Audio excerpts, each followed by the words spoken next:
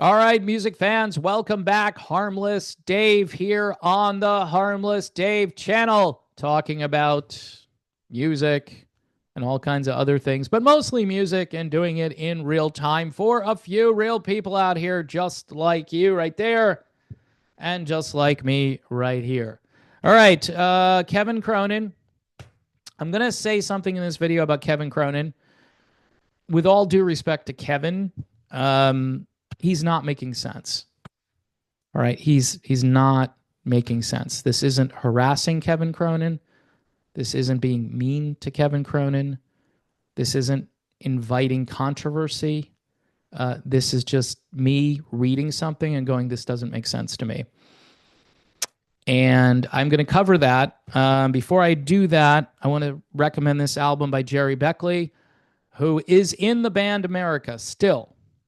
And if you like America, the Beach Boys, Chicago, the Eagles, this solo album, which came out this year by GERRY BECKLEY, very basic, but very good music, produced by Jeff Larson, who is fantastic in his own right. And he hangs out with both GERRY and the band America. And it's really good music, right? If you're wanting to add to your classic rock library and you're tired of hearing the stuff that you have in there, GERRY BECKLEY, just a great musician, a great artist in his own right. Okay, so what am I going to say? What crazy thing is Harmless Dave going to say about Kevin Cronin? Well, there's an article that went out to all of the classic rock websites today. Pretty much everybody carries this who is a classic rock radio station, because all of this comes down from the mothership of like iHeartRadio and all of that. So here's the article. Kevin Cronin on REO Speedwagon's retirement. His quote, "Never in my wildest dreams did I see this coming." Okay, so if that isn't mind-boggling enough, right, that he didn't see this coming, let me just clarify for folks again. Kevin, you're in control of this, buddy. You're completely in control of this.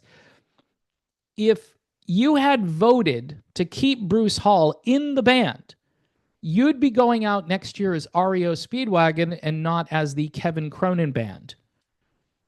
Your calculation, though, from what I see here, is that you have plenty of friends in the industry, whether it's the guys in Styx or Irving Azoff or whoever it is.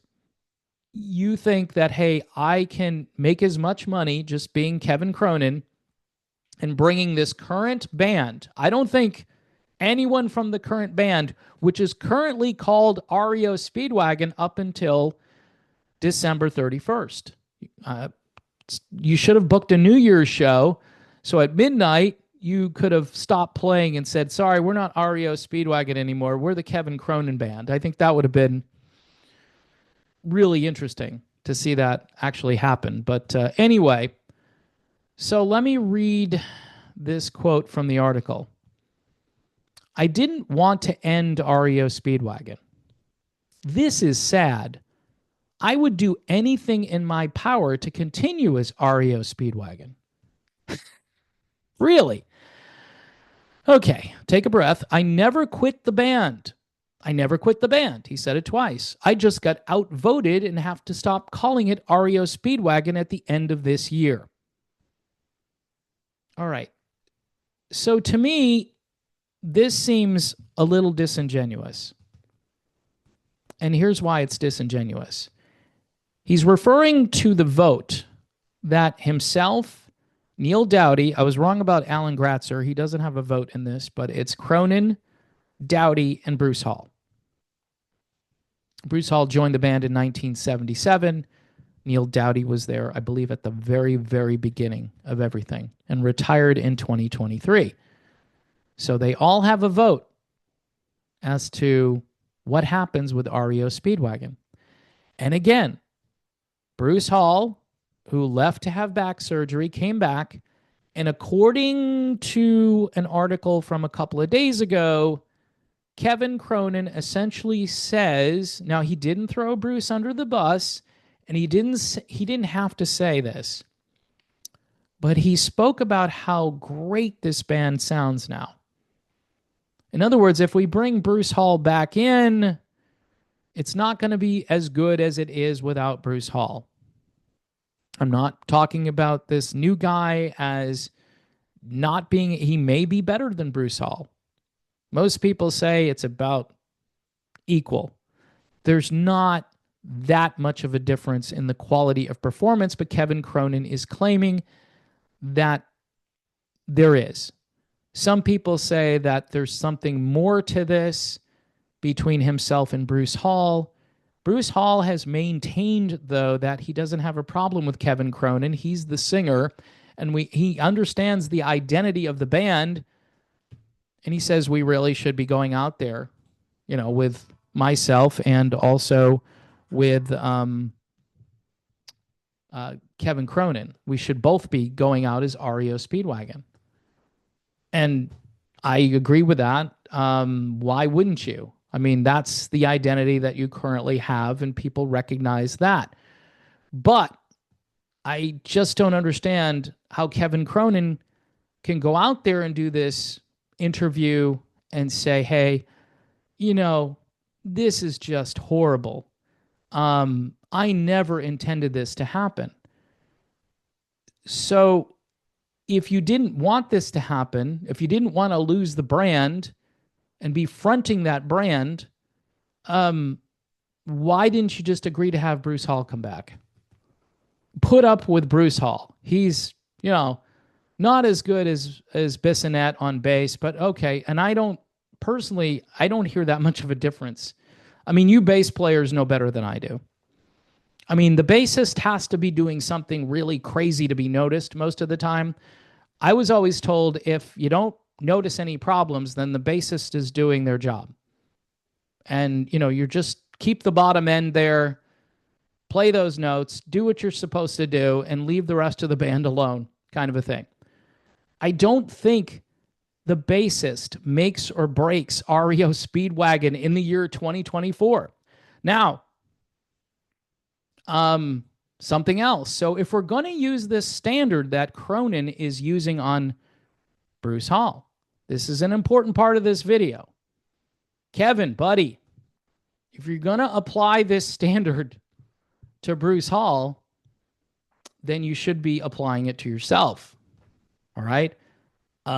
There's nobody on planet Earth, unless they have severe hearing loss, who believes that your vocals, your vocal performance, your phrasing, the tempo, all the things that make REO Speedwagon listenable from what we remember it to be. And I'm not talking about the super old REO Speedwagon. I'm talking about the Cronin, Rich Raff era of REO.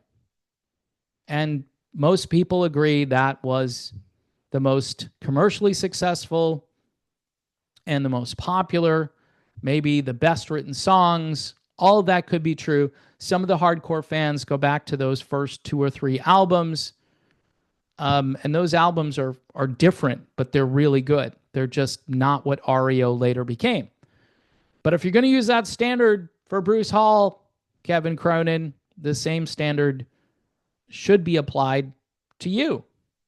Seriously. I mean, I've heard a lot of music, quite honestly, that people say is really good. Like, yeah, it's just great. And I'll listen to it. And I'm talking about various older classic rock bands. I hear it and I go, you know what? No. I mean, people spend like a couple $100 on this. And we all have to kind of grapple with mortality and aging, especially in this particular field, right? You've got a bunch of guys who started off really mostly at a very young age, at the pinnacle of their various skills. And as the years go by, and there are exceptions to this, and when those exceptions happen, we celebrate, like a Mickey Thomas type character, John Anderson type person. Paul Rogers. I mean, there are a number of singers who haven't lost a lot and who do a great job. And you also look at other point positions like guitarist and bassist and drummer. Sometimes the drummers have to retire because drumming is pretty physical. It's difficult and all that. But the bottom line here is, Kevin, if you're going to apply this standard to Bruce Hall, then these guys, Neil and Bruce, they have a right to apply it to you. And they didn't do that. They could have voted you off the island. You know, they could have said no. So what's interesting, though, is will REO Speedwagon as a brand be able to continue without Kevin Cronin? That's really interesting, because I would imagine that Kevin would be outvoted 2-1 every single time. Yeah, we're going to take... And Kevin is probably banking on the fact that, no, they're not going to take REO out without me because I'm REO. Is that a little presumptuous to think that you're REO and those guys wouldn't or couldn't replace you? Hey, if you can replace the bassist, you can replace the vocalist. Foreigner did it. Foreigner did it with Kelly Hansen, and you have to say that even though you might not like it, Foreigner has been wildly successful. They had a renaissance with Kelly. Journey had a renaissance with Arnell for a while. And you can look at a number of bands. I think Yes is another band. Not because John Anderson couldn't do the job anymore, but again, because of personality conflict. But they found someone who sounds a lot like John Anderson, even has a name like John Anderson. And so it can be done. So I'm not sure if Neil and Bruce, or I think they still would like to salvage this and say, hey, can we just end on a high note? Because they may not have the desire to go to hotel rooms and do that road dog thing again. Maybe they just want to spend time at home and actually enjoy their retirement. Kevin Cronin seems to have like this long-term vision of being out there on the road. And why do I think that? Well, he just booked a pretty good-sized tour with Styx and Don Felder.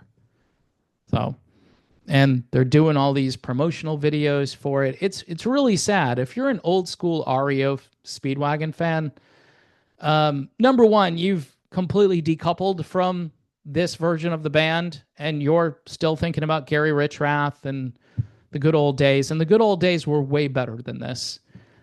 And we're seeing that across the board, no matter what band you're talking about. These bands at this stage aren't getting better. They're not getting better. There's no way for them to get better. They should have called it quits before they started to get, embarrassing. Peter Cetera was one of the smartest guys in the sense that he recognized that, look, I can't hit these notes anymore. I'm not going out there to embarrass myself and tarnish the memories that people have of me singing at full strength. And he was already like singing a half step, maybe even a full step lower.